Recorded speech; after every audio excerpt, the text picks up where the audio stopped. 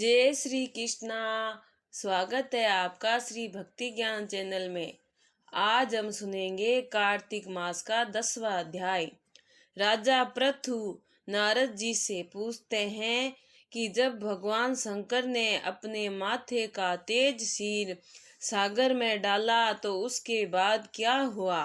नारद जी ने कहा, जब भगवान शंकर ने क्रोध में आकर अपने ललाट माथे का भयंकर तेज अग्नि निकालकर खारे समुद्र में फेंक दिया तो वह अग्नि तुरंत ही एक बालक के रूप में परिवर्तित होकर गंगा सागर के संगम में बैठकर संसार को भेद देने वाला रोदन रोना करने लगी। उस बालक के भीषण रोने की आवाज से संपूर्ण पृथ्वी कांपने लगी।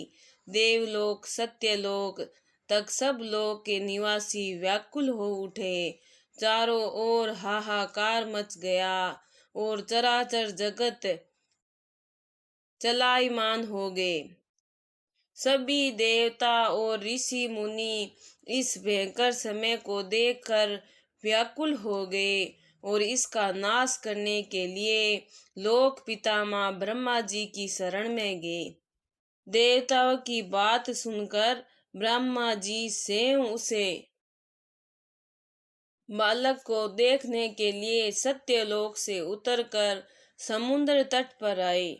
समुद्र ने ब्रह्मा जी को आता देखकर उनका अभिवादन किया और बालक को उठाकर उनकी गोद में दे दिया। ब्रह्मा जी ने आश्चर्यचकित होकर समुद्र से पूछा कि ये बालक किसका है। इस पर समुद्र ने कहा कि ये बालक आपका ही तेज है।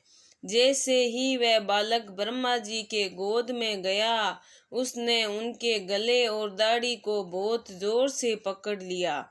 बालक के इस व्यापार से ब्रह्मा जी को असहनीय पीड़ा हुई और उनकी आंखों से आंसू जल टपकने लगे। ब्रह्मा जी ने किसी प्रकार अपने हाथों से अपनी दाढ़ी छुड़ाई और सागर से कहा, सुनो सागर, इस बालक ने मेरी आंखों से जल निकाला है, इसीलिए इसका नाम जलधर होगा। ये बालक दैत्यों में महाबलशाली होगा और भगवान शंकर के अतिरिक्त इसे कोई अन्य नहीं मार सकता।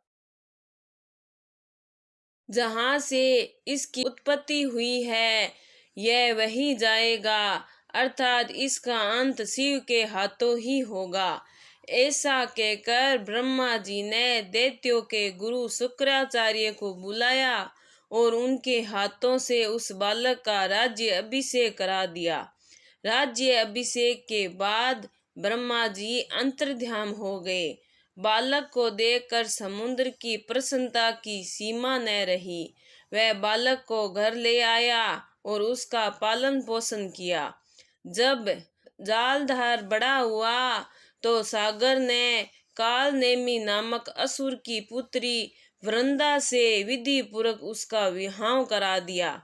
जालधर ने शुक्राचार्य के प्रभाव से सभी दैत्यों का राजा बनकर अपनी पतिव्रता और सौभाग्यशाली पत्नी वृंदा के साथ मिलकर देवताओं को जीतकर निर्विघ्न होकर शासन करना शुरू कर दिया। नारद जी ने कहा, हे राजन, इसी प्रकार जालधार का जन्म हुआ और आगे चलकर इसी जालधार ने तीनों लोकों में अपनी शक्ति का विस्तार किया। 10वां अध्याय समाप्त। अगर आपको मेरी ये कहानी अच्छी लगी है तो लाइक सब्सक्राइब जरूर करें। बहुत बहुत धन्यवाद।